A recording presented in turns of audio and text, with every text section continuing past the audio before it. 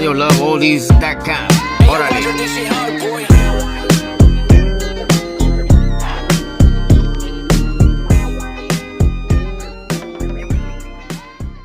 What's up, everybody? It's your girl, Miss Crystal Marie from Barrio Love Oldies, and we are back with episode number 25 with none other than the amazing and legendary talented lead singer of the Monophonics, none other than Kelly Finnigan. I'm super excited. Thank you so much for being here with me today. Thank you for having me. I didn't realize the show was so new. This is exciting. The 25th episode. I'm delighted to be a part of the first. Thank you so much. The building blocks of the show. This is incredible. Yes, definitely. It's super new. We just started. We started May 5th, Cinco de Mayo. That's so cool. Yeah, and I actually started it because my father passed away 2 years ago. And I'm sorry to hear that. That's okay. And during that time, like his birthday time, which is May 2nd, I get super emotional. And I remember that whole time I was just like, what am I going to do? Like, I know my dad doesn't want me to like just be here crying and all that. And I don't know, like this podcast was started because of that, you know? And I said, that's a beautiful thing. Yeah. And I said, you know what? Like, he loved oldies, my dad loved oldies, and this whole podcast was because of, you know, his memory. And I just wanted to, you know, just get to know the artists that me and my father would connect with, you know, through the music. I wanted to get to know who they were, and of course, like the listeners, to just get to know them personally and connect. So that's how this podcast started. That's really, thank you for sharing that with me. It's a beautiful story. It's really cool to hear that, you know, you took obviously just a really sad situation, because as we know, losing family members, especially parents, is a very difficult thing. So to take you know, something like that and turn it into a resource of music and knowledge and information about people that you admire and you think the community, the listeners, will appreciate. I really commend you for doing that. Good for you. Thank you so much. Thank you. Well, I want to get right into the interview because I cannot wait to get to know you more. Let's go ahead and start with, where are you from, born and raised, Kelly? I was born and raised in the county of Los Angeles. Nice. The first place my parents lived were in Studio City, in a little house, you know, back behind Ventura Boulevard, if people know that area. And then, you know, when I was a younger boy, we moved into a house that I lived in till I was about a teenager. We'll get to that point, but yeah, I'm born and raised in Los Angeles. I grew up around the valley, the San Fernando Valley, and I definitely, you know, I know growing up in that city, in that environment, with so much culture and so many interesting pockets of life. And anybody from LA knows that, because I think there's like it's a unique thing, just like a New Yorker, like you're from LA, because as we know, there's a lot of transplants, people who move and kind of claim things, and you're like, slow your roll. I'm born and raised on this soil, you know what I mean? Where a lot of people may move there.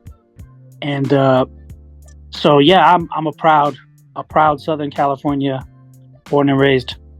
That's so dope. What was, like, where you grew up at? What was that environment like where you grew up at? It was just like what you would expect. If anybody who knows kind of those pockets of those valleys in Los Angeles, it was very, I would definitely say, culturally, like, well-rounded. You know what I mean? I grew up and went to school with all different folks, all different kids, all different parents, everybody. That was just kind of like the norm. And obviously grew up with great radio stations and people who have become like legends in that world, and getting to just experience, like I said, there's all these pockets, because obviously when we talk about Los Angeles, the first thing that comes to most people in the world's mind is Hollywood, the entertainment industry, the music business, where like TVs and movies are happening. So, And that's a real thing. That's something we're all that's just a way of life if you live in LA. But you kind of forget that that's very exciting for a lot of people who don't Sure. don't live around there. So there's that aspect. And then there's just a real community sense in so many different parts of Los Angeles, and it's so spread out. I don't know. It's just like Los Angeles, especially then. I'm an 80s baby. LA was like an interesting thing as well, because as we know, there were some darker things going on. There were some serious, gangs were elevating, and it was different than today. So I don't want to go too deep into my answer. It's like what it was like as a kid growing up in LA. Looking back now as an adult, it was very interesting, and I think it definitely shaped me. It definitely shaped my music, and really who I am. That's so dope. Definitely. Yeah. I know that your father is very gifted in the music, and I'm being super reserved because he's amazing. But I'm curious to know, what kind of music did you grow up listening to in your home? What was your dad playing? What were you guys listening to? My dad mostly listened to, I would say, rhythm and blues. And I mean that in a traditional sense of, Ray Charles. Okay. B.B. King, Bobby Blue Bland. A lot of gospel, also, just soul and rock and roll, definitely jazz. He had a really big jazz collection in terms of albums and vinyl. He had a big vinyl collection, but he did have mostly, I would say, jazz and blues. So I definitely, in terms of what my parents were listening to, it was like that at home. But then, like I said, as a kid, you get in the car and you kind of take over the radio, right? as the kid or as the younger brother. And so, I would kind of not be looking at everything I was listening to if I didn't think about all the music I was listening to in the car while my mom was driving, whether it was to and from school or going to baseball practice, or, obviously going on some sort of trip, or she's going on errands. As we all know, people who got kids, you got to bring those kids up, I'll run those errands. So yeah, the radio is just I definitely think it shaped me, and having certain shows to look forward to, like a Sunday night oldies show, Art LeBeau, like a Friday night on Power 106, certain shows on 92.3 The Beat, KRS 101, which was like the oldie station. And I'm speaking to people who grew up around, the Los Angeles County. These were all stations that I was listening to and checking for.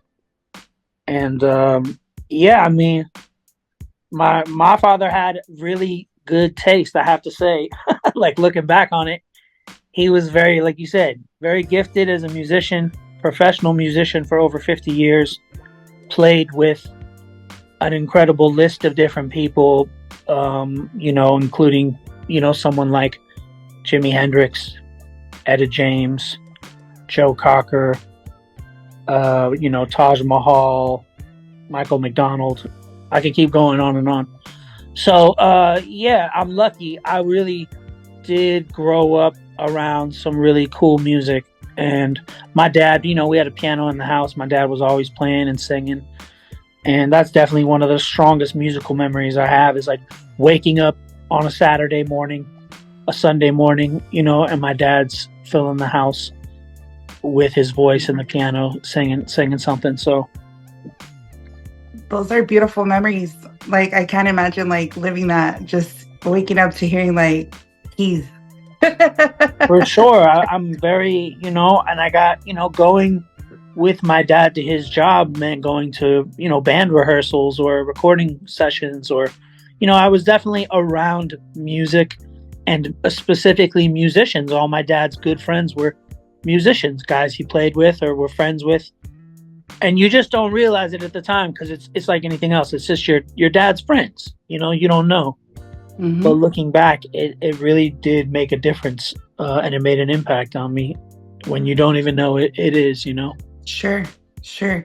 What was that like? So was your dad like since you were born like already like into music, like making Oh yeah, he was music, like already fully professional. He became professional in, I would say, really like 1967. okay.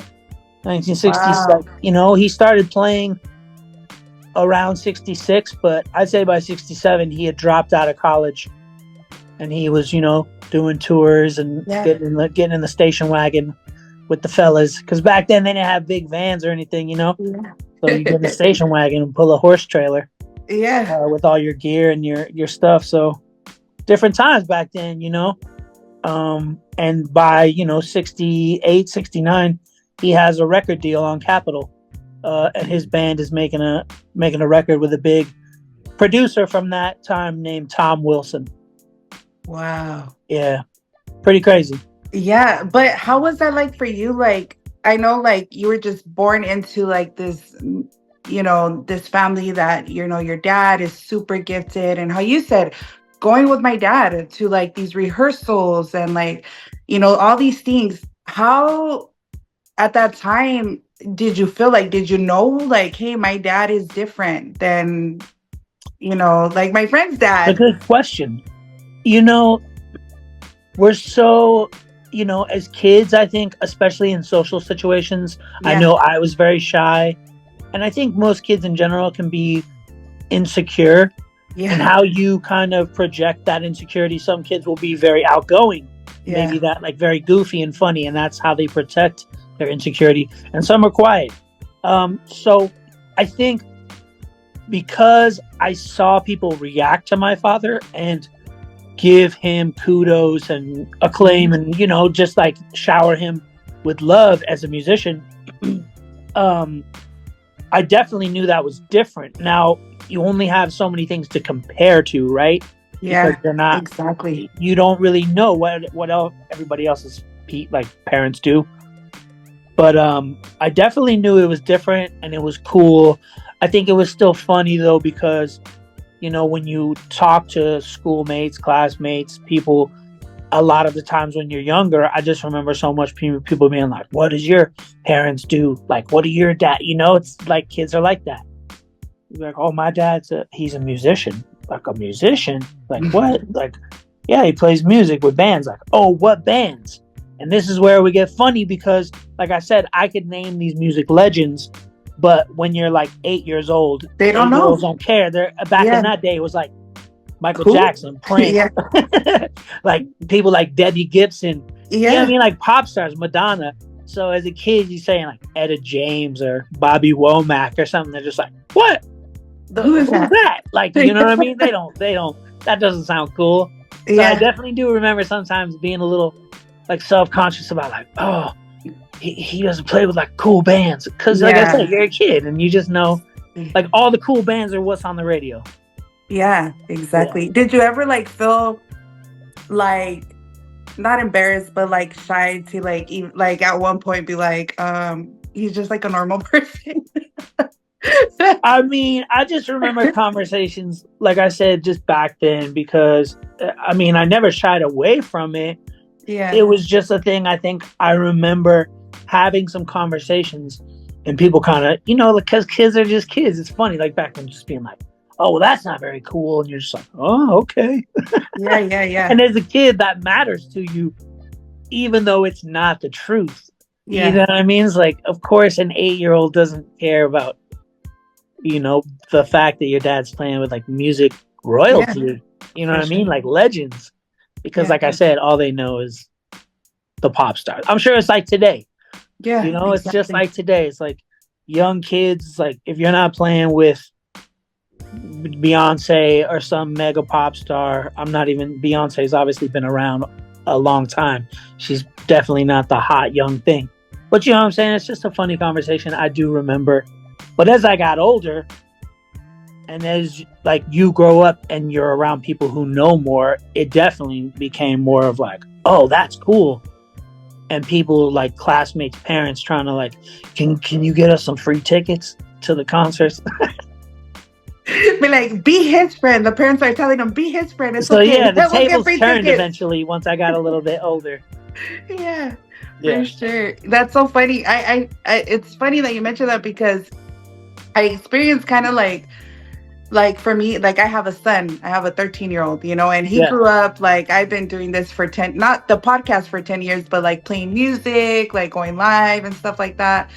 And as a matter of fact, like as we led up to this interview, like I've been super excited about it. So like, I've been talking about it and like, yeah, like I'm gonna interview him. I'm super nervous. Like I have to, just like throughout the house, throughout the week.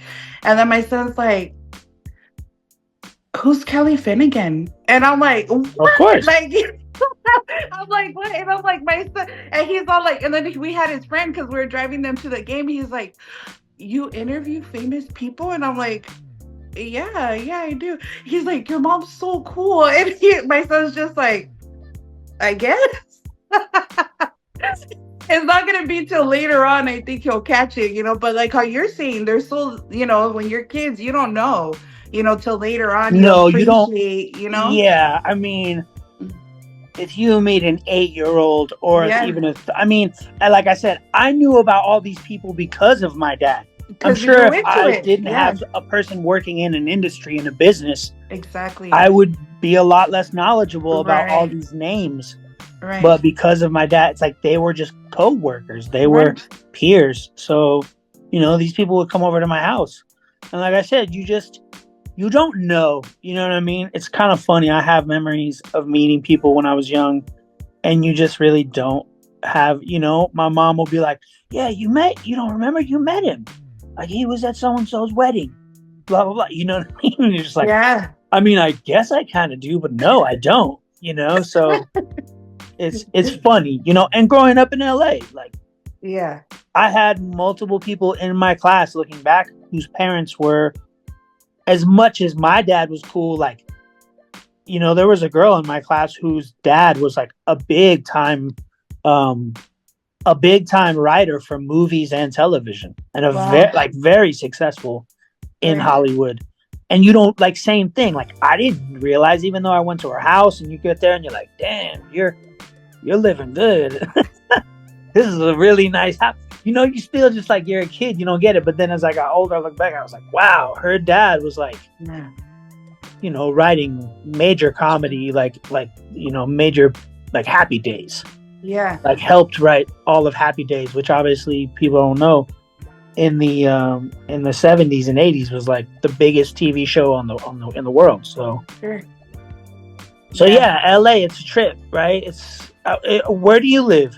I live in close to Coachella, so I actually live in Oh the wow, Imperial you live Valley. out in the desert. Yes, I do. That's I live. amazing. Yeah, very but pretty we out there. recently. I grew up. I'm born, raised here in the valley because we call it the Imperial Valley. But I for 6 years I moved to NorCal. I was out there for 6 years, and we just recently, when around the time when my dad got sick and all that, we came back home because yeah. So so we've been back ever since. Nice. So, You enjoying that? Yeah. Like it has its pros and it has its cons, but Of definitely, course, just like anywhere, right? yeah, for sure. I know you mentioned like one of your highlights of being in the car with your parents was listening to all these shows on Sunday night, the Art LeBeau. Yeah, of course. And, What- obviously as I got older, with friends, Mhm. looking forward to these radio shows on, especially Friday nights, Saturday nights, Sunday nights. Yeah. There was always somebody kind of specializing in something, whether it was like soul and oldies and R&B, or, hip hop or certain, club. I remember very specifically, like at one point, I think it was on a radio station called Power 106. Like Friday or Saturday nights, when it got to like 1:30 a.m., 2 a.m., it just went to like, it just went to that like 4 on the floor. Like if you're awake listening, you've probably been drinking, or you're just trying to like bob your way home and stay awake. Yeah, definitely. That's so cool. What was your favorite? Yeah, I mean, a show like Art LeBeau was something that it's like just something that you knew was on every night, every Sunday night, and you turn it on, and to be frank, like so many of these classic soul songs and what's a part of the scene of and the culture really of all these records and these songs that specifically someone like Art LeBeau was showing love to, um that got love in general in LA. Like I feel very lucky because LA radio, especially before it really became super programmed in the late 90s, like they used to play so much cool stuff just freely, and this was multiple stations. I mean, Art LeBeau did his thing and was very specific with the slower, sweeter love songs, Yeah. and just like setting a mood for that Sunday night, kind of getting ready, you know what I mean, getting ready for the week, and obviously all the shout outs and the dedications, and obviously being understanding that it's like, oh, okay, there's a certain audience he's speaking to. You know what I mean? People are writing in and calling in from jail, calling in from prison, calling in from the out in the military, but they're able to listen to this show and be connected to their girl, their loved one, maybe a record that reminded them of their parents or a deceased parent. So it's like, it's a very special thing that we all had that every Sunday. You know what I mean? It's like the education of all the great music, but just that human connection that music really provides. Did you ever make a dedication on one of those shows? No, but I did have a girl. Did you? Ooh, yeah, Kelly. for sure. I didn't hear it, which is the tough part about back then, because you can't just replay radio exactly now. Yeah, but she says that she did, so I got it, and her friends did as well. So I got to take them at their word. It was a mission to call those numbers, though. I remember you had to like redial. You either had to get like really lucky, or you just had to be so just, I don't care, I'm just gonna do this all night. Yeah, that's why I always say, I'm like, man, that was like hardcore showing love, like, because you could spend an hour or God knows how long trying to get through. Oh no, I mean, it's been a while, but they definitely said I mean, they did it all night. They just, like you said, you just keep calling back until you don't get the busy signal. For sure. Break through. Yeah, I know I would call, and I would always be calling to make dedications, because my father was always away from my life, either incarcerated or doing a program. And how I mentioned, me and my father connected through music, through oldies, like that for forever. I swear, no lie.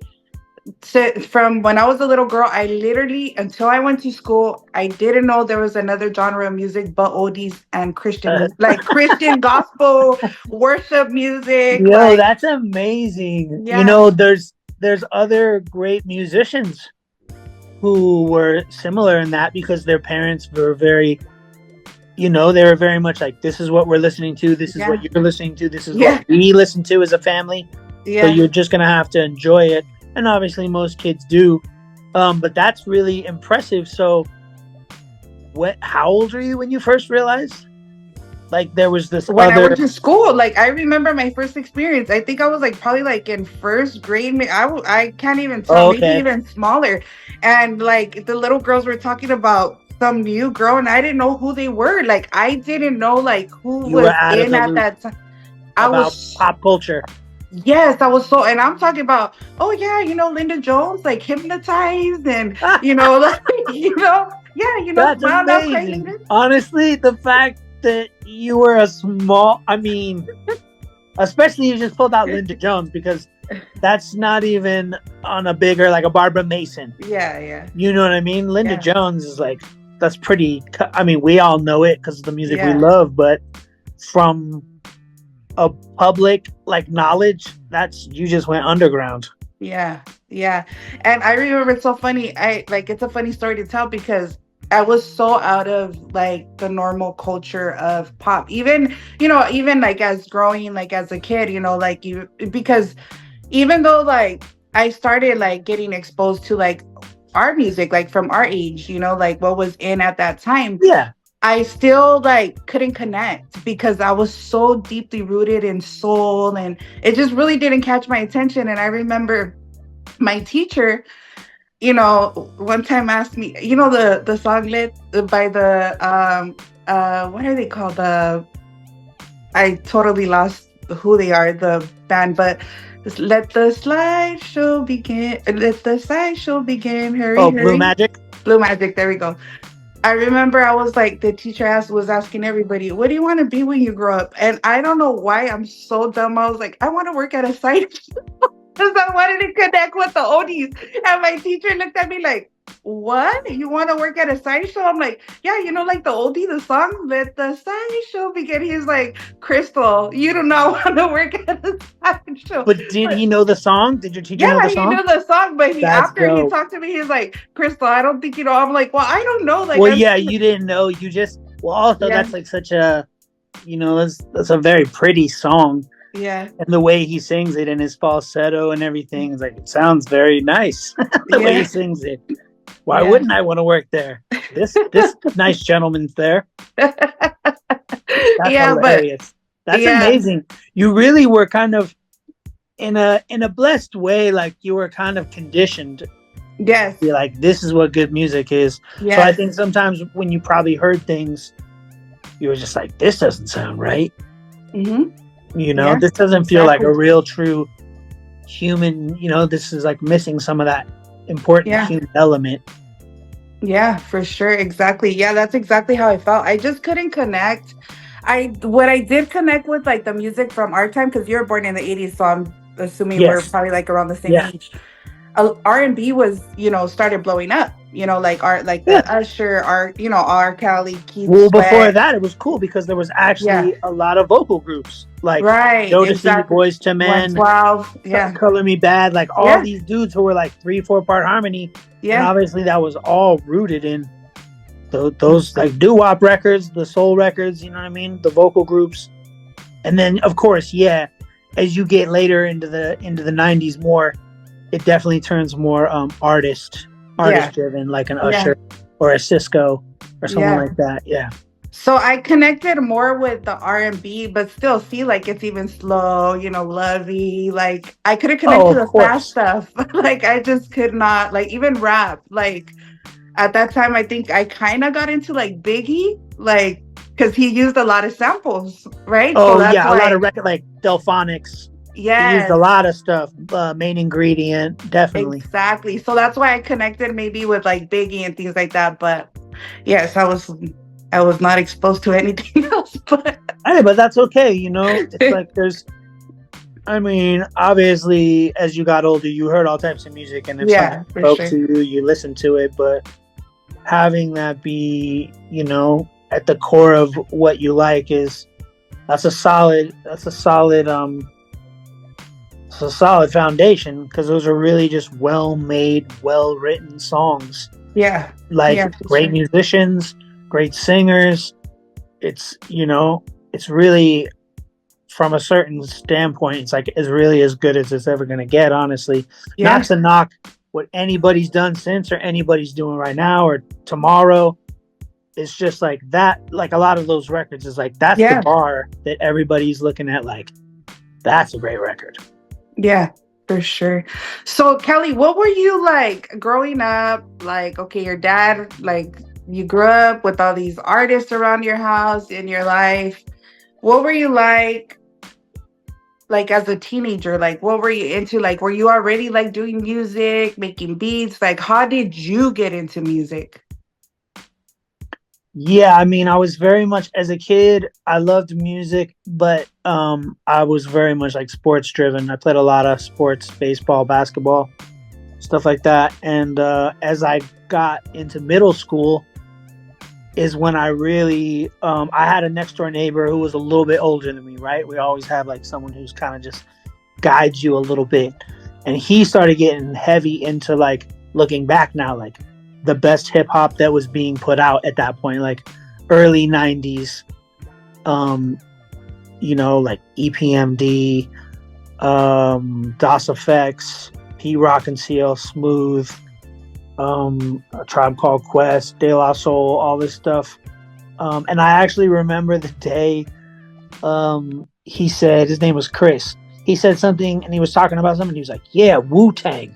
And I was like, Wu-Tang? Like, you got to remember, like, everybody knows that now, but literally this was like, they were still like, they didn't even have an album out. Like, he had some mixtape that it was on. He was like, Wu-Tang. And I was like, is that, I literally remember saying, it's like, is that an Asian group? Because it's just like, that was such a different language. I didn't know anything about karate flicks back then. So, I just, through him and some other friends, I started listening to hip hop like all day, every day. And I went to a house party the summer before my 8th grade year. And it was just like a classic house party. It was like the first real party where it was like, there's no parents around. People are just grinding, kids, teenagers are just grinding. The DJ is just crushing it, playing all just hot records. Everybody's just, it just felt kind of like, it was one of those moments where you're like, whoa, this is amazing. And I remember just like vibing with the DJ because he was just killing it. And I was just like, man, these are dope. These are all great records. And just walking over there and starting to talk to him and ask him questions about the records and stuff, just showing an interest. And he was like really receptive and answered all my questions and was just super cool. I'm a kid. This guy must have been, like 22, 23 years old. I'm a 13-year-old kid, like kind of bugging him while he's just trying to rock a party. And then I just kind of kept seeing things that was like showing me, DJing and DJs and records and stuff. And I was like, yo, I want to get into this. So I did that summer hard. And I was like washing cars and trying to, do extra chores to make some money so I could buy some turntables and a mixer, a coffin back then. That's what people used. That's what you called it. Put the case of all your, the case that you put all your tables and mixer in. So just started going to the record store, saving up money to try and buy records, everything. You know what I mean? Like, oh, you got a birthday coming up. What do you want? Like, records. You know what I mean? Like how kids do. Like, I really enthralled myself. And my parents, of course, were just like, hey, if this is what you want to do, that's cool. They were very supportive. And you know what I mean? Obviously, they saw it was all driven for a passion of music. So I think they naturally were like, well, he's not playing the piano or the violin or whatever, drums, but because I did play drums as a kid a little bit, but at least he's doing something that's gonna keep him out of trouble, and he's playing music. That's cool. So I started doing parties with my friend. Like, we had a real business. We were doing school dances, like dances, like, so like you get there early and we set up the equipment and check the PA and everything, and so we're like, I was like 14. I turned 14 13 or 14 that summer. And my friend was like a year and a half older. And, so you're there early and then they kind of open the doors and the students would walk in for the dance. And like a lot of times they would walk over and just be like, who are you guys? Cause we're their age. And we're like, we're the DJs. And they'd be like, what? Because you expect to see adults. Like, we would kind of blow their minds. Like, oh, DJs? Because then they just think like, oh, this is going to be great, So, we would be playing all types of basically like R&B and hip hop. And obviously all those classic up-tempo jams off those, if people remember the old school comps, you know what I mean? They always had the fat rides in the front, old school by Thump Records, old school volume 1. Like, we had all those. Because obviously we're teenagers, like we can't afford to buy all these. Go out and find the Carl Carlton Bad Mama Jamma pressing that was just not easy. So it was like, yo, the comps had all that stuff. Flashlight by Parliament, like all the party jams. You know what I mean? So we were playing that with like modern R&B and modern hip hop records that were being played on the radio at that time. So that was like kind of. By the time I was 14, I was very much enthralled in, finding new music, playing parties. We got to play a party at Bill Withers' house for his daughter. Yeah, that was like super dope. He did not make an appearance. We were like, yo, is he here? They were like, no. I think he was, but he was like in the back. You know what I mean? Yeah. I ain't messing with these kids. So yeah, we got to do some amazing. I remember we got to do some really cool parties, and that was great. And then it definitely introduced me into, wanting to make beats and sampling records and record digging and just like that. It opened that door to all that stuff, which then opened my mind to producing and what production means and what songwriting is and all these other layers. I'm tripping out because you were like a little hustler as a little youngster, washing Of cars course. to get your records, and look at Oh, you. no doubt. It was very exciting, obviously. For sure. And I'm lucky, honestly, because I do have to give credit where credit is due. Is like I said, I did not have a permit. I didn't have a license. Like, my mom was so cool. We would load up her Volvo station wagon, and she would go and drop me off. You know what I mean? And obviously, like a mom would, like, yo, who's this dude's house? Who's he going house to? You know what I mean? Yeah. Who's this person who's employing my son? So yeah, and then I'd do the party, and then she'd come pick me up later that night. And I mean, I really have to. That's something you look in the moment. It's just like, well, this is my mom being my mom. But you look back and you're like, no, that's very, very cool. My mom was always, because of my dad's job, he toured a lot. My dad was on the road. My mom was raising me and my older sister, and my dad was he was gone a good deal of the year because he was touring. So wow. You want to talk about a hustler? As you know, being a mom is the ultimate hustler. Yeah, and that's so dope that she like encouraged you, like taking you to do what like you wanted to. Like, I don't know, I think that's a beautiful thing that she gave you that liberty to say, son, like, this is something that you want to pursue. I'm full guns. Let me take you to where you need to go.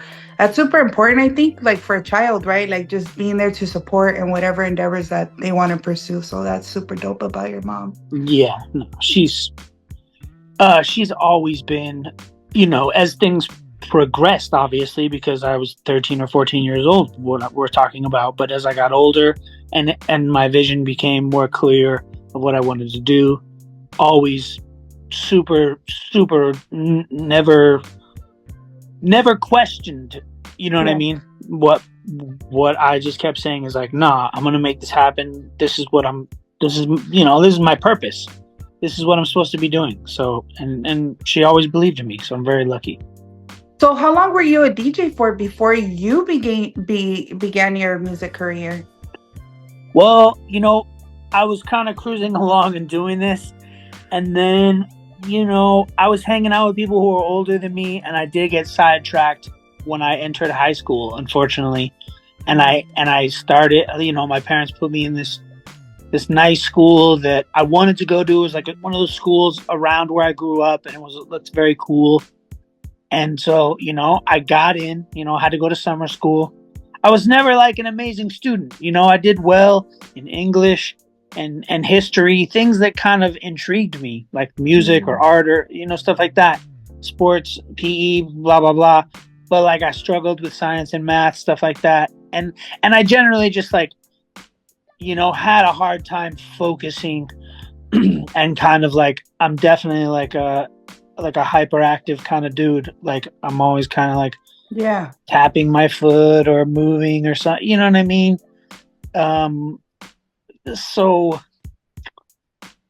as I just, as I got older, I just kind of had to go, and I kind of realized that like I was probably gonna not like get in big trouble or go to jail or like commit crimes, but just like kind of get caught up in BS because the people I was around was a little older.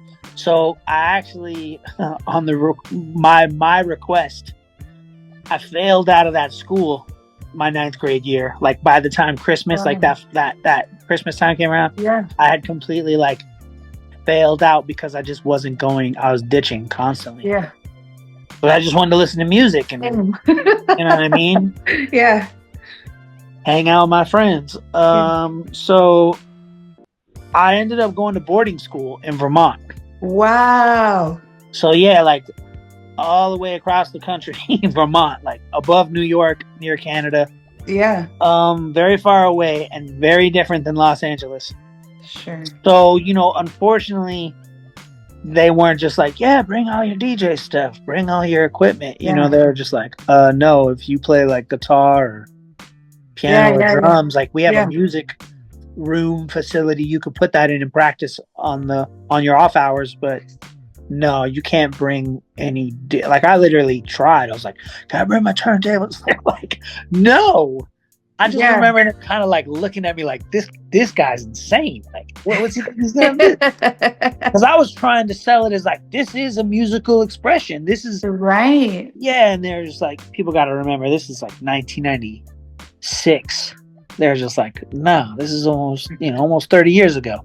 Yeah. So I go there, and my passion for music and me wanting to do music and all that, it definitely was there, but it just kind of like, I could only do it when I came home on vacations or summertime, like winter break, stuff like that. So it kind of stunted things a little bit, and I really wasn't able to focus on my like musical goals until I graduated high school.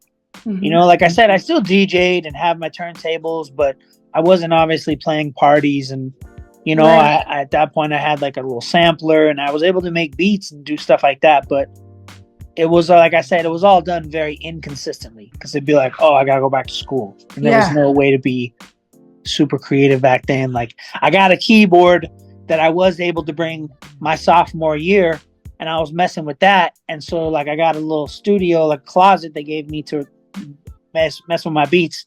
But unfortunately, as we do when you're 16, you take your girlfriend in there, and you're not supposed to.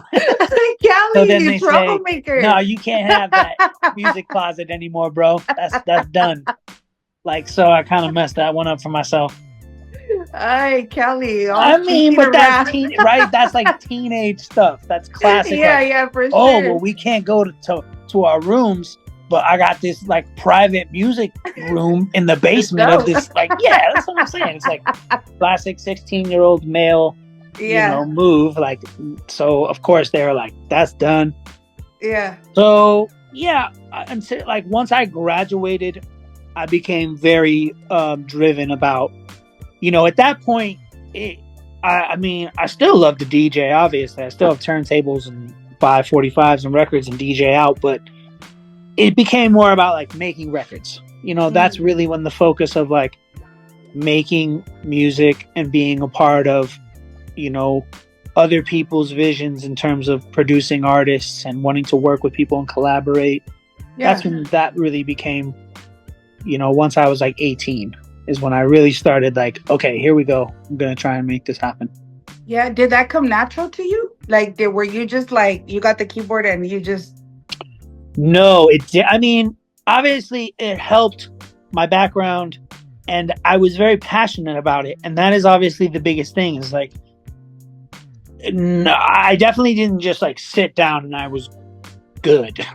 Right. No. Yeah. I definitely like, there was growing pains, just like anything else.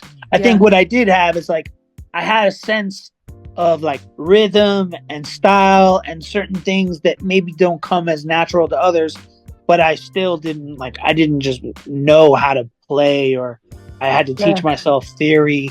I couldn't read music, or I still can't technically read music notes, but I can speak to a musician on any level, and we can find a common ground of how to communicate. But yeah, I'm all self-taught, but I had a great teacher, and my dad, I could ask him a lot of questions. And, I was, like I said, at this point, I'm still around a lot of musicians and music, and I'm older now, and I'm really paying attention a lot more. So I'm soaking up a lot of information. Yeah. When you started creating beats, did you automatically like start like with soul, or what kind of beats were you creating? Like, I would say it was definitely, I mean, I was sampling soul records and jazz records and all types of different records. It was definitely at that point, let's see, this is like 99, 2000. I mean, I was just making kind of like classic boom bap, DJ Muggs, Pete Rock, like JD before he started calling himself Dilla. Just kind of like straight up hip hop, but definitely utilizing, like I said, soul samples and jazz samples and that's kind of all I knew. I mean, outside of the radio, like we talked about those radio shows, that was my other introduction to all these records, because I was constantly buying records. And that was just like, when you're doing that and you're looking for samples, it's like anything that looks cool or even looks remotely like it could have something intriguing on it, you're going to buy. So a lot of that, especially with soul, like because of the artwork and the covers, those records would really speak to you, and you'd buy them. So that was a big education in all those great soul records from the late 60s and early 70s and beyond. It starts to get a little bit more into like, disco and boogie as you get deeper into the 70s and into the 80s. But yeah, there's just like a nice, sweet period for me that's like 67 to like 74 is like pretty hard to top that. Yeah. Between those years. Yeah, for sure. So you're making beats, you're making music. How did your music career start, where you're like, from making beats to being a singer? How did that transition happen? Oh, that's a that's a long journey. Because I heard that you didn't. That's a long journey. Like, honestly, that's like an 11-year journey. Because singing was like, honestly, if you would have went to 18, 19, 20, 21-year-old me, let's just say 21, and you were like, make a list of all the things you would like to accomplish in the next 10 years, singing wouldn't even have been on the list. Wow. Or even if you just said like, what's something you'd like to do? I don't think I would have said singer. I really didn't start thinking about it until I was in my late 20s. And then I was kind of just, which is like, I think the main reason it happened, I was just thrown in a situation where it was just like, hey, do this. Okay. I know that people are like, that sounds kind of crazy. And it's just like, okay, but you have to remember that, one, I've been listening to a lot of music. Yeah. And I know music. And two, my dad is like, he's not famous as a singer, but he's like an incredible singer. Like to the point of where, when my dad would play with these famous people in these bands, most of the time, like a lot of times, they would give my dad a song in the set. Wow. So we're not talking about like a little club. We're talking about like, there's 10,000 people here. Yeah. And a big person, like someone like an artist that my dad played with in the 70s when he was very big. I mean, he was playing, like selling out Madison Square Garden, was Dave Mason, who a lot of people know the song Feeling All Right, which is like a 70s jam. Dave wrote that. So he was very popular in the 70s. My dad was on tour with him. Dave would give my dad like his own song, and my dad would like bring the house down, and same with Etta James, same with Bonnie Raitt. You know what I mean? There was a lot of artists that would kind of step aside and give my dad some shine during the set because he was such a great singer, specifically blues. My dad was like an incredible blues singer in the style of like traditional B.B. King, like I said, the artist Bobby Blue Bland, Ray Charles. My dad was like the biggest Ray Charles fan. So I'm lucky, like I'm starting with good genes. So when I say I started singing when I was 30, that's kind of, you know what I mean? There was a lot of practice that led up to that. And there was a lot of like, a lot of hours spent in the studio and listening to music and trying to really like strip away the records I love and study them and figure out who's playing on these records, who produced these records, where were they recorded, how did they record it? Like I was very, very curious.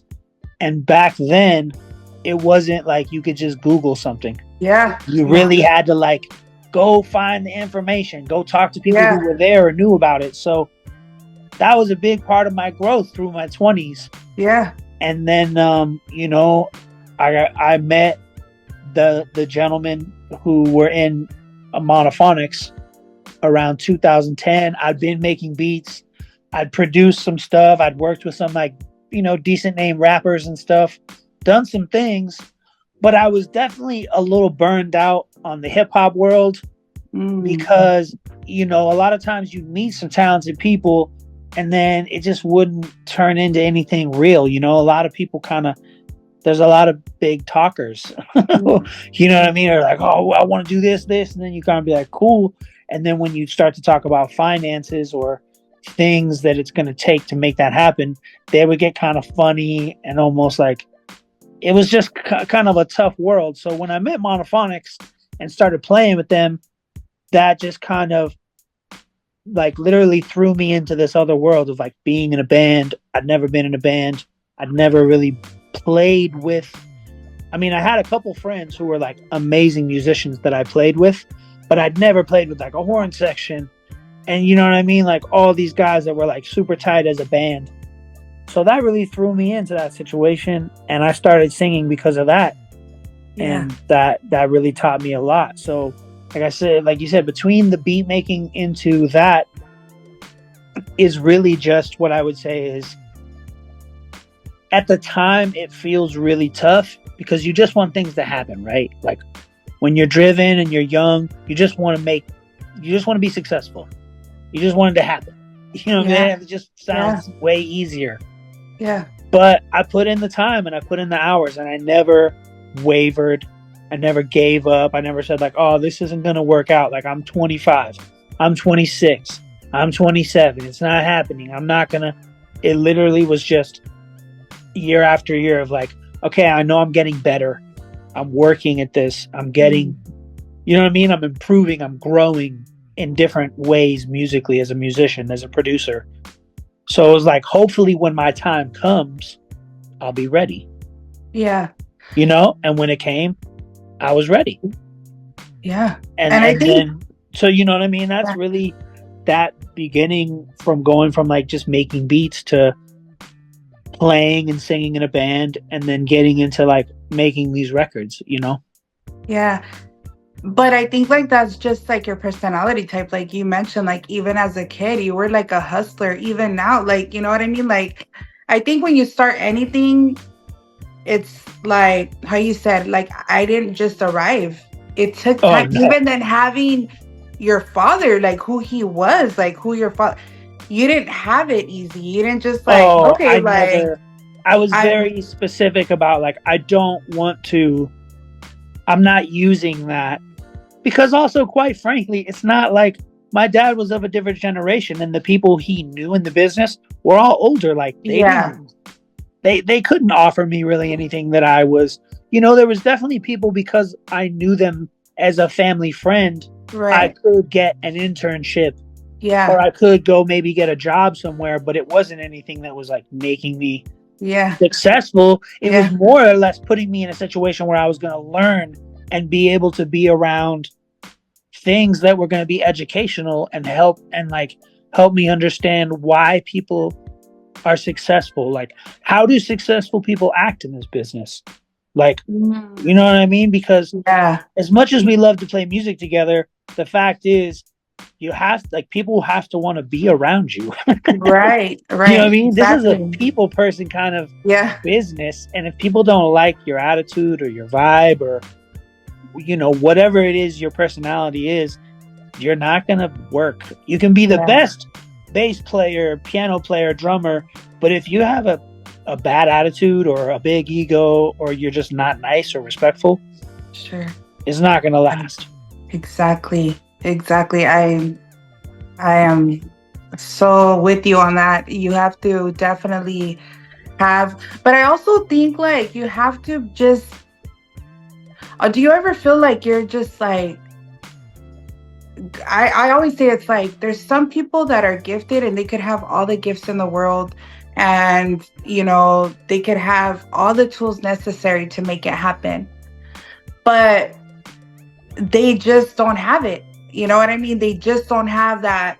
I don't know. I always say, like, it's like that God-given gift, like from the moment that you're born. And, like for you, how you're saying, like, who would have known that little Kelly Finnigan had this powerful and amazing voice and would be who he is today? Like, who would have known that, until you were like in your 30s? That's when you develop your voice, of singing, of pursuing that. Like, it was already embedded in you. You just didn't know. And you found that out because you didn't give up. How you're saying, it didn't happen when I was 26. It didn't happen when I was 27, but I was going through that process. And it's when you're going through that process that you grow and you evolve. And look at you now. Like, that's Of course. amazing. Of course. I mean, it's definitely one thing you realize is that, like, if you truly feel that this is what you're supposed to do in some sort of Yeah. way in the arts, whether you're singing or playing music, making music, dancing, acting, painting, drawing, whatever it is, it's like everybody has a path. Right. And, for me, I think that slower path and, just kind of like letting things happen really naturally, all while taking it in and learning, was really beneficial. And really, that's just how my path's supposed to go. And I think that's important for people to, you have to accept that. Yeah. How your success comes, as long as it comes, right? I mean, that's really how, we all have this vision of how we want our life to turn out, but the best thing you can do is be open-minded, because that's what led me to Monophonics.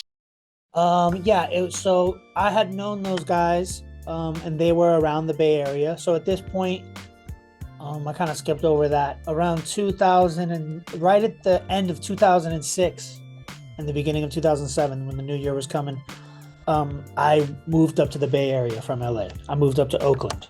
Okay. I was living in by Lake Merritt for a little while, and then I was living downtown. And this is really before Oakland changed. It's funny. I would be downtown, and it was like a ghost town. I remember walking back from the BART on like a Saturday night. I think it was like 12:30 at night, like right whenever the BART stops, and I'm just being like, "Damn, it's dead around here." And it's crazy because, and then I remember like a few years later, it was changed a lot. It was cracking. Yeah. So moved to the Bay and started just meeting different musicians, different people, was working with different people, and had done a recording session with some of the guys from Monophonics, and they were good guys, and had a good experience with them. So we just stayed in touch, and ended up going and seeing them at a club. They were playing somewhere, and we kind of chatted. And they invited me to join them for some shows, because at that point, the gentleman, they really didn't have a singer, but the gentleman who was playing keyboards with them at the time, he was moving to New York. Okay. So they were kind of looking for someone. So I just started like sitting in and helping them out with some shows and playing keyboards. And like I said, they were just kind of like, "Oh, can't you sing?" I don't know where they got this idea from, but I was like, I guess so. I was kind of, like I said, like, you just got to say yes to stuff. Yeah. I think I was just like, there's like a saying in show business, which is like, fake it till you make it. Yeah. You know what I mean? And that doesn't mean like don't be yourself. It just means if you feel like there's an opportunity somewhere, like, just say yes and figure it out when you get through the door. So, I started playing with them, and it just kind of naturally fit. Like, we got along really well. We liked a lot of the same music. It clicked, and it worked out. So that kind of took me away from like this one path that I had kind of started out, like making beats and DJing and all this stuff. And it kind of just transitioned to me more of like, oh, I guess now I'm in a band, which was very different. At least, just like anything else, it was so fresh and new to me. It was very exciting. And little did I know that, like anybody will tell you, being in a band It's complicated. Yeah, it's because there's so many personalities, right? Like you have Exactly. It's like to. being married Yeah. to 5 people, which if anybody who's married to one person knows, like, wow, that sounds crazy.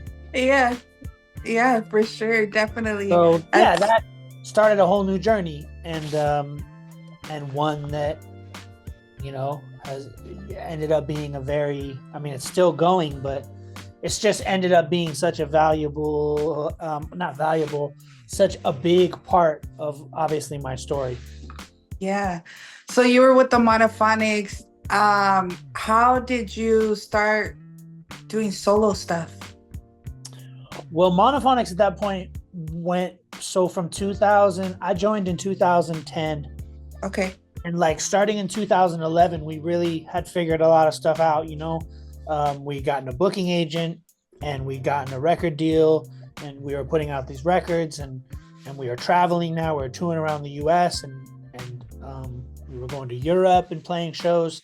So things were happening fast, and things were coming at us fast, opportunities. And like I said, we were just saying yes, which was really exciting. And, you know, we were all young, so you're just kind of like, go, go, go. This is fun. And then like by 2016, like the end of 16, like it had definitely caught up with people in terms of just the lifestyle, just like coming and going. You know, it's really hard to have healthy relationships when your presence is very inconsistent. And obviously you can do the phone calls. It wasn't as common back then to FaceTime, like people did it, but I mean, it was definitely a thing, but just not as common. So it was hard for people. And, you know, like within a couple of years, one of the main members who like started Monophonics, he kind of saw the writing on the wall for his own personal happiness and was like, yo, I think I want to just like settle down, marry my long time, like, you know, get engaged, have children, but, you know, just live that. Yeah. Normal Settle life. down. Exactly.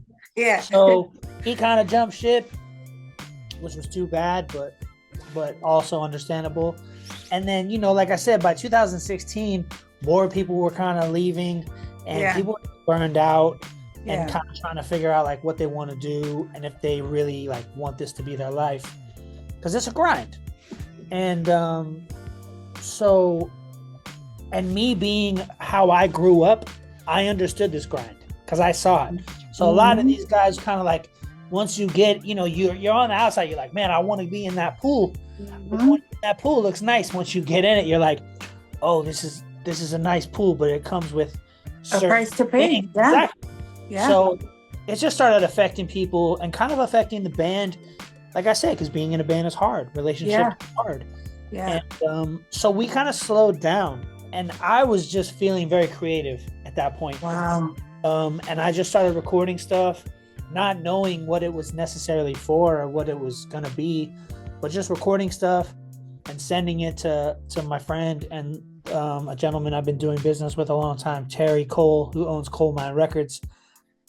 Sending him songs, and after sending him a handful of songs, he was like, man, you have like this batch of really great songs, like why don't you just record a few more, and then you'd have like an album's worth of songs. So that was kind of the spark of like, oh, okay, I guess I could do that, right? Like people, you know what I mean? I've been doing Monophonics, like it's not totally crazy for me to just start putting stuff out under my own name. So it kind of just happened by accident in a very natural way. So, and so you created your first album. I know before the interview I kind of had shared with you, like there's a specific song that I'm super connected to by you, and I want to share with you how I came across you. So at that time, remember I was living in NorCal, and I was traveling back and forth a lot. I want to say about once a month back home, you know, because of my father. Yeah. And I remember, you know, my dad, and mind you, at this time he's deported in Mexico. So he's like battling like his sickness, and like at that time he was also battling addiction. And so it was like constantly like, I felt like I couldn't catch a break, you know, traveling back and forth from NorCal, which is super far, all the way out here, like by the border. We're practically by the course. border. It was Of far. course, a long trip. And I think I was just so like mentally drained. And I remember this one time I traveled back home by myself. I didn't take anybody with me, and I was driving back to NorCal, and I just had the playlist. I didn't know who you were. I had never heard of you at that time.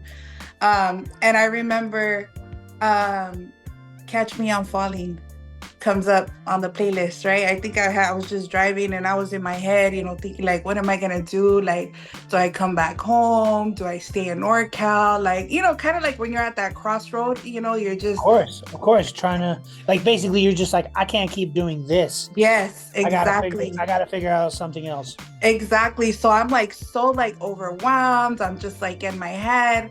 And as soon as and I'm like, I like got the chills. And I remember like as soon as I heard your voice, I broke, and I'm driving, and I'm like bawling, like in tears, like in tears. Wow. Like I still get emotional just thinking about it, because I remember it was so crazy that I even had to pull over.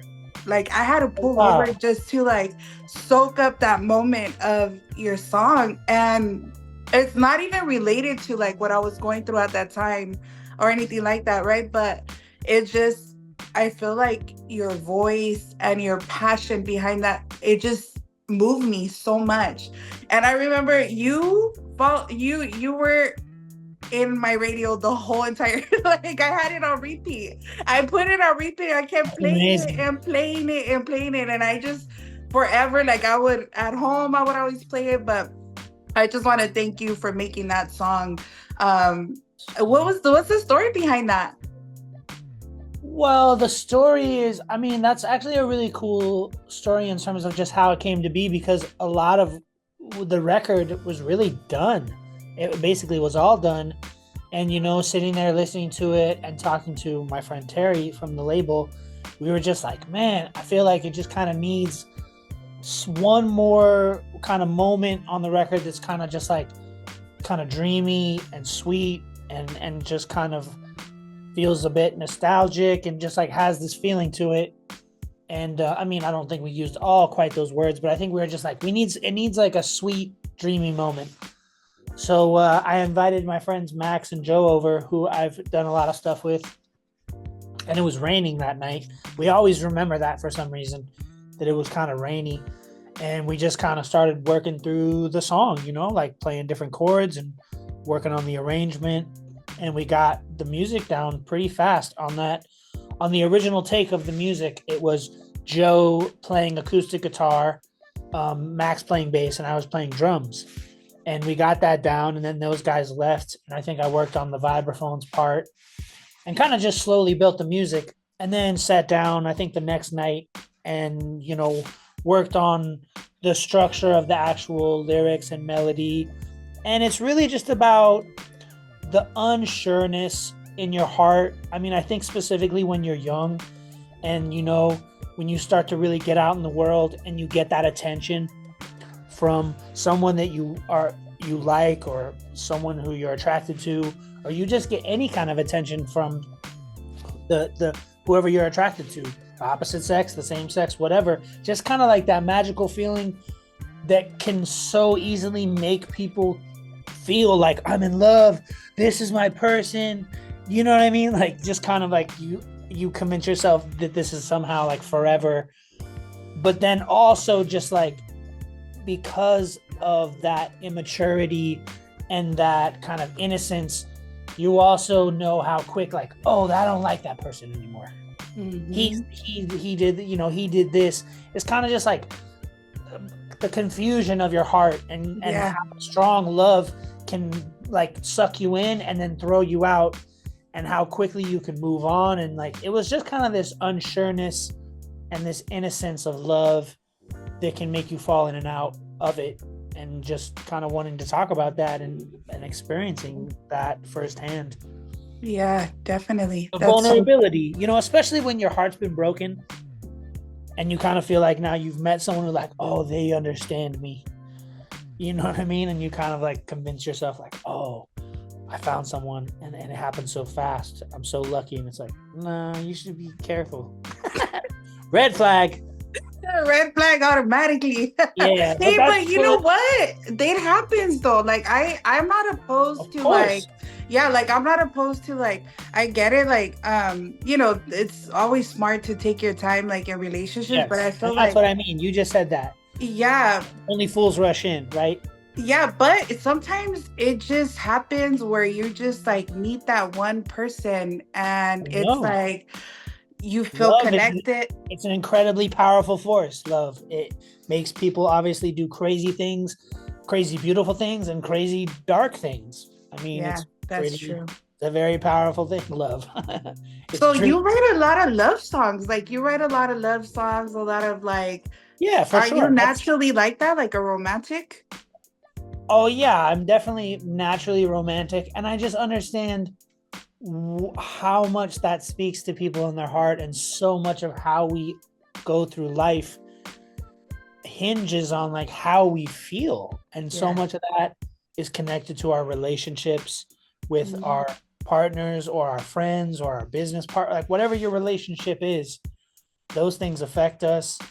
And obviously there's a lot of memories that are connected to love and loved ones. Yeah. It's just what comes naturally. It's like I'm happy to. I really write what I write, but it's just kind of like what I feel, and I tried to just a long time ago when I first started writing, not get too caught up in like overthinking things, because when you're younger and you start to write, you get so caught up in like trying to reinvent the wheel per se. Yeah. I'm gonna write, no one's ever done. It's like, no, you're not like, you're gonna write an amazing song, but it's never Yeah. gonna be something new no one's ever heard. Like Yeah. that ship has sailed. Or Yeah. just, I don't want to have a song name that no one's ever used. Like silly things are like, I don't want to say this, I don't want to use this word twice in this song. Yeah. Like, why are you making rules, dude? And that just all comes from like immaturity and being naive to the fact of like what the creative process is really about, which is like opening yourself up and allowing Yeah. things to happen. And like, of course, doing some editing and making sure you love what you're putting out there is very important. It's key. Like you have to love your own music.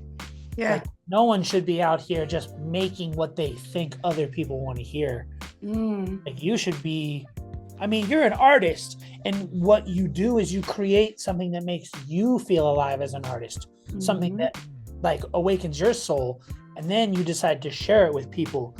You shouldn't be motivated like, I want to make what people want to hear. It's like, well, wait a second, are you creating for them or are you creating for you? So naturally, I think I just, when I look at the songs that I love as a listener and a music fan since I was young, they're mostly love songs. It's because you're just a romantic. That's why. I definitely am. I definitely am a romantic. I think that's an important part of the relationship is Yeah. nurturing that. Sure. Yeah, definitely. I'm super excited about your new album. Are you? Of course, I am. It's always, it's been done a long time. I've turned it in around February, March of this year. So it's been done a while. I am excited. It's kind of like, it's like excited but nervous, At this point, I've done it so much that there's always just some nerves, because even though, like I said, I am making records, I do care about my fans, and I do care about, a lot of folks like yourself and other people. They've been very supportive and listening to me a long time. And the last thing you want to do when it comes to things you care about is disappoint anybody, right? That's not a good feeling. Even though it's not a measure of any kind of success, it's a personal, like I said, it's like when you care, things affect you, right? So there's just kind of like this tiny bit of nervousness that's like, oh, I hope people like it. You know what I mean? It's like at the core of us all, we're all like insecure and, vulnerable, just like, oh, I'm going to do this and show it to the world. I hope people like it. You know what I mean? Yeah, definitely. That's so funny. Like that you like having all the success you have, like who your parents are that you still get that nervousness. Like, Oh well, of course. I mean, like I said, it's because I care. I want. yeah, I mean, I'm happy with the record. I love the record. I'm proud of the work, and I'm happy to share it with people. But I think it just goes with. I think it just goes with also understanding that, like I said, like everybody, when you go down the line of anybody who's successful or not successful as a musician or an artist or whatever, a band, we all started off as just fans, like people who love to listen to music, people who think the world of music and records and artists and all those things. So you understand that also, like, we've all been in situations where you're like, oh, I really love this person, and then they'll do something and you'll be like, oh, I don't really love this. And it's like always for me a fear of like, well, I don't want to turn into that guy. Like, yeah. I don't want to, like I said, like, you just don't want to disappoint people because you really, there's a pride in being like, oh yeah, people really dig what I do. Like, you know, people are happy with the records I make. So I think it just comes with the territory. I think anybody who's kind of out there going like, I don't care what people think, is like, well, that's very brave of you, because while part of being an artist is like accepting, like, everybody's not going to like you. Everybody's not gonna like your music. People are going to say mean things. People are going to not like you, whatever. Yeah. I don't care about that. I'm speaking specifically about the fans. Yeah. People that come to the shows and buy the concert tickets, buy the 45s, buy the albums, stream the music, share the music with friends and family. Those are the people who I want to make sure and please. Sure, definitely. That's so dope. It's your new album is A Lover Was Born. A Lover Was Born. What's behind the title? The title is actually, we were working on the record, and the drummer who was on the recording session, he's a great drummer from New York. His name is Jay Mumford, a really talented artist and musician. And we were talking about a part of the drums on one of the songs. And he brought up an example of a song that I wasn't aware of, and it's by a great artist from New Orleans named Lee Dorsey. If people don't know, Lee Dorsey has a great discography of records from everything from, like, you know, classic New Orleans soul to R&B to second line to funk. And the song is called A Lover Was Born. Wow. I didn't know this song. And now this didn't make me want to record this song. It was just something about the title. When I saw it, I was like, it spoke to me, you know, it just like jumped right out at me and it spoke to me. So I made a note of it, you know, like pulled out my phone. I was like, okay, Lover Was Born. So this is right at the beginning of recording the record. So as I'm recording more and doing things and building up the record and creating it, I'm obviously adding other things to the list, other ideas, other things that could be in the title. But as I just, you know, as time passed and I got closer to finishing the record, as I would look at the list, I was always just like, I like this title the best. This is what speaks to me, speaks to the music, speaks to everything. So yeah, that became the title. And it's really not about, I mean, people are always going to interpret things the way they want to, right? But for me, it's just about, like I spoke of, like, my journey is one of perseverance that's built off of like passion and love of music and just the belief of like, hey, this is what I'm supposed to do. Like, I'll be a janitor for as long as it takes until I get that chance, right? Yeah. So it's just about me as, you know, someone who loves music, who loves love, who's passionate about everything and believes strongly about things. And, you know, it's funny because as you get into press and you talk to people like yourself and other people who talk about the title or wonder, it's funny because you think about a term like I'm a lover, not a fighter, right? But I'd much rather fight a fighter than someone who like loves something so much that they're willing to like never stop fighting for it, because that's the person who's like never gonna really give up and sounds like Exactly. the more dangerous person. Exactly. No, that's so true. That's Yeah. so true. And I feel like that's so open, like that's so dope that you like don't like you got this, you heard A Lover Was Born and you're like, hey, I like it. You carried it with you and you stuck to your guns and now your album is named. Well, yeah, I mean, I've like as like you mentioned, I've done this, and when it comes to like monophonics, a lot of the times, well, every time, monophonics record title has ended up like based off of a song, right? So it's like we had this song we wrote called In Your Brain, and it was like, oh, this is a psychedelic record, like gets up in there. It's like, oh, okay, let's call it In Your Brain. Sounded like it's been a little bit different with that journey, but it's funny because I've always named records like titles that I don't have song names of, like The Tales People Tell. I don't have a song called that. A Lover Was Born. I don't have a song called that. My Christmas record, A Joyful Sound, those intro and outro songs were named that because of the record name. It really wasn't vice versa. So yeah, it's interesting. Like you kind of just like you go through these ideas and you look at these titles and it's just whatever really feels like, you feel the most connected to and really speaks for the music. Yeah. Is what's best. I love your Christmas album. Every time Christmas I'm playing it because it's like, it's like culturally, right? Like culturally, I feel like, during Christmas, you always have like your regular, like of course, your regular Christmas songs, everyone. But like just to have something that we can listen to and, that soulful sound, it's just like, oh, it makes my holidays complete. I'm so happy to hear that. That was a passion project and it was really fun.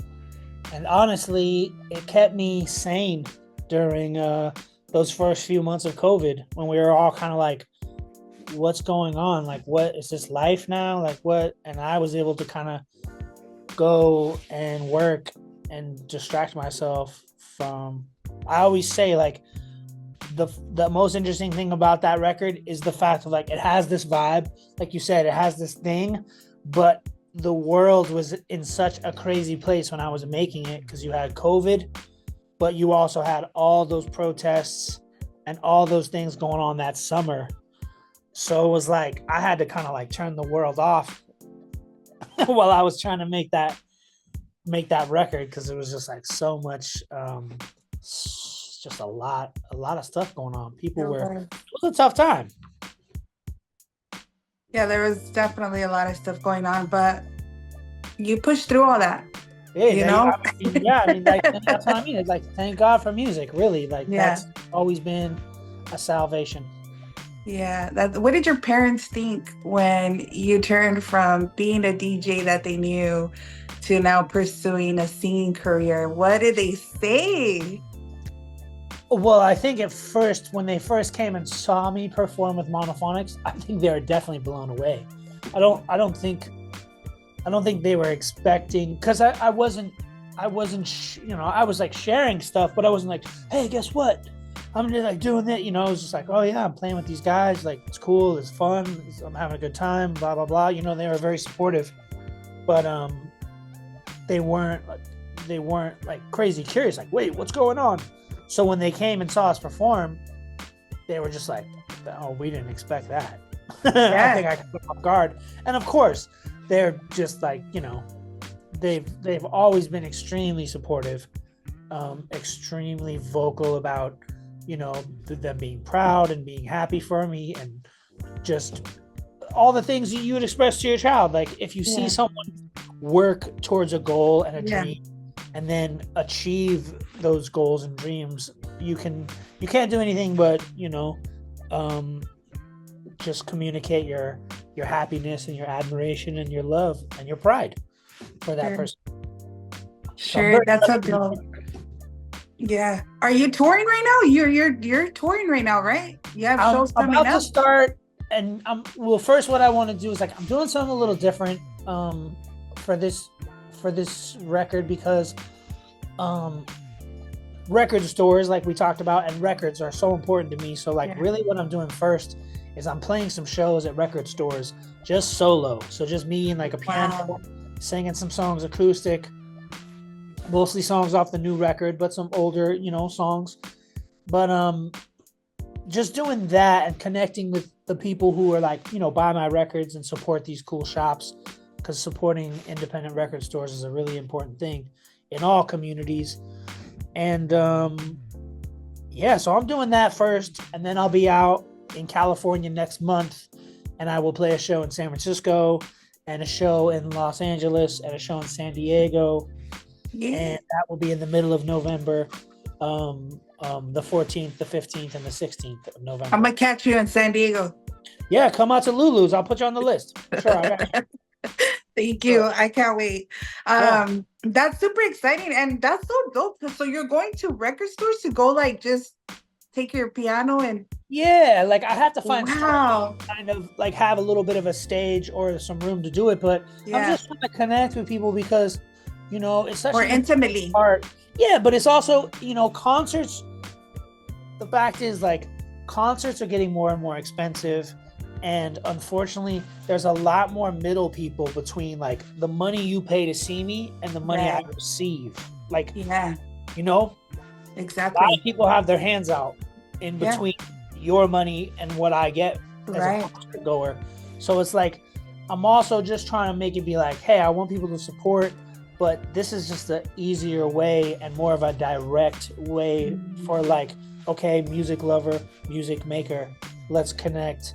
And it's not even like you're paying a bunch of money. Most of these shows are free. Some of them are like the only price of admission is like buying the record, which isn't a big deal. So it's just a different way to connect fans and show love to how like selling records is a really important thing, because obviously, like I said, it's getting harder to make good money off playing shows and streaming.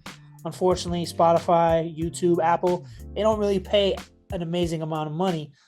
So for an artist like me, selling physical vinyl, selling CDs, tapes, that really is the best way to support my art. So it's kind of just like I want to give people a special show, but also this is kind of what's best for me as a businessman. Yeah, I think that's what your fan base is going to appreciate you as an artist, that you're taking the time to connect intimately, you know, because like how you said, you can do these big shows, but I'm going to be all the way to the top. You know what I mean? Like super far away. I can't see you close. The experience is completely different versus like I have you in a small place. For sure. I could feel, you know, your music, your voice, and it's just so intimate. And I feel like that's super dope of you that you think like that as an artist, because sometimes you could get so busy minded and, you know, you're just hustling, trying to make money because you have to survive, right? You have to pay bills, and you get so caught up with that sometimes I feel like people can forget, like, hey, but at the end of the day, and I think like that's why my podcast is a little different, because that's what I want. I want to, when people see this, you know, this recording, this video, where they can go see you and say, I know him. Like, you know, and, you know, I feel more connected to him. Yeah. Sure, and so that's why I do like the interviews that I do more on a personal level, but that's so dope that you yourself as an artist see the need for that and know the importance of connecting one-on-one. That's dope. Oh, I mean, you know, and it's not even to pat myself on the back, but it's like since day one with Monophonics, because I've been touring with them longer, but I do it with all my, you know, with my solo stuff. And it's like, I try and always at least go out to the merch for a few minutes after the show to say hello to the people who want to say hello, sign anything, just for the fact of showing the appreciation of like, I just want to make sure people understand how much I appreciate their support, and I'm grateful for them, because like I said, I know people have other things they could be doing. Like they could be spending their money other ways. They could be spending their time other ways. And I'm very great. I want to make sure people understand, like, I don't take any of this for granted. I don't look at someone as like, oh, whatever. they, who cares? It's like, no, this is very important. Like, I'm honored. There's a lot of great music out there. There's a lot of good artists out here. So for people to, like I said, take the time, spend the money, it's a huge compliment. I want to make sure people know that I appreciate that. That's so dope. What my last question to you before we wrap it up is, what do you hope listeners take away from listening to your music? Well, I mean, what you spoke about is kind of like the best that kind of compliments, I would think, all musicians or artists, want to hear and really take to heart, which is like, you were dealing with something that was weighing heavy on you. And for some reason in that moment, music made a difference. Now, in this case, it happens to be my song. And that's really why, that is, it's crazy. Like when you think about it, because for me, I can only speak personally, but it's like that right there, the power of music, the power of that moment, the power of that song for you specifically is really, it's unspeakable. It's hard to communicate like why it was that song connected with you. And that's what I mean. That's the power of music. And I guess for me, I want people to understand that like it all started with me chasing that carrot of like, that's what I want to do, because that's what music does for me. In times when I'm sad, when I've had my heart broken, when I'm having a good time, when I'm living life. And music is my soundtrack, and it's so important. And so if I can pass on these moments to other people and it's with my music, that's kind of like the greatest gift. And I just want people to know that that's ultimately what is driving me, is like the moments you share with my music, whether if that's during the holidays with your family, or after, you're dealing with a bad relationship or a breakup, or you're falling in love with someone and you both met at a Monophonics concert, like which I've had people, we met and we bonded over your music, this song, we've got married to this song, Wow. Yeah. And that is the people who use your music to kind of enhance their experience as a human being in a really important moment is the greatest compliment. And it's definitely, it's not like it's a motivator, but it's something you definitely are aware of. And it's such an amazing feeling to know that in certain times, people turn on your music to get a feeling from it. Yeah. It's really amazing.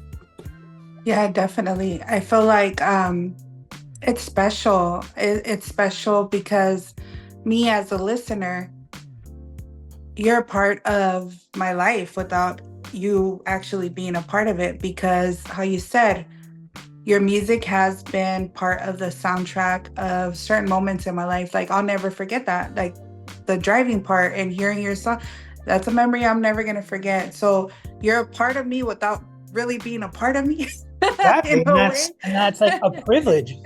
That's a privilege for me, because you said we don't know each other, but right away we are connected by that, because I created a moment through music, and it served as something that I guess maybe you needed in that moment. Well, you know what it was? It was the Catch Me I'm Falling. That was the part, because even though it's a love related song, I literally felt like my world was falling apart.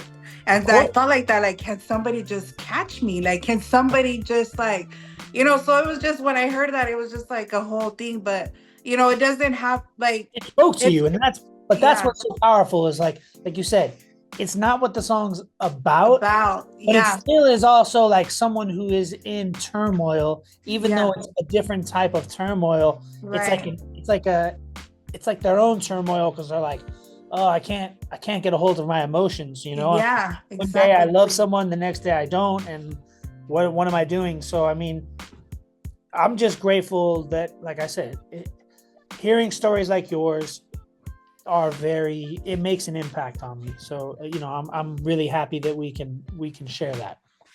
Oh, me too. Well, where can we find you? I know you're on Instagram. Are you just mainly on Instagram or your I'm on website? Instagram. I'm on Facebook. I'm not on Facebook a lot, but you can Yeah. find me. I'm not on X. It's too crazy over there. I'm not on TikTok. I'm too old for that.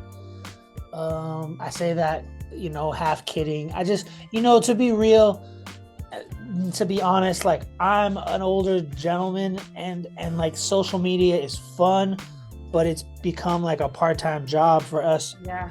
musicians, like trying to be Yeah. content creators, because now you're creating content. Yeah. So it's really hard, you know what I mean? It's like I love that I can connect with people, connect with fans, and show love to the people who show me love, but it's definitely a hard part of this new part of like the business, which is like being so Active on available social media. too, because like, it's like I like to be available to people, but also privacy is important for your own Yeah. personal sanity. Boundaries are important, space. So yeah, people can find me on all the usual spots, and yes, like I said, I have shows in San Francisco, November 14th at Rickshaw Stop, November 15th at Venice West, which is right near Venice Beach in Los Angeles, November 15th, and the 16th I'll be at Lulu's in San Diego, which is a great new venue. And I actually have an in-store the next day in Long Beach at a great record store called 12's. And so yeah, I'm around for the West Coast people. Come holler at your boy. Pull up. Come through. Yes, definitely support. And I want to end this interview by saying, Kelly, thank you so much for all that you do, seen and unseen. Because I know that you're not exempt from going through certain things. And I'm sure, like everybody, you go through your own personal things. But yet, despite whatever you go through, you're pushing through to make this music, to be able to create memories for us as listeners. So, like I said, it's a privilege. It's a privilege that I get to do this and call it my job. I don't have a boss. I don't answer to anybody. It's kind of exactly what I wanted.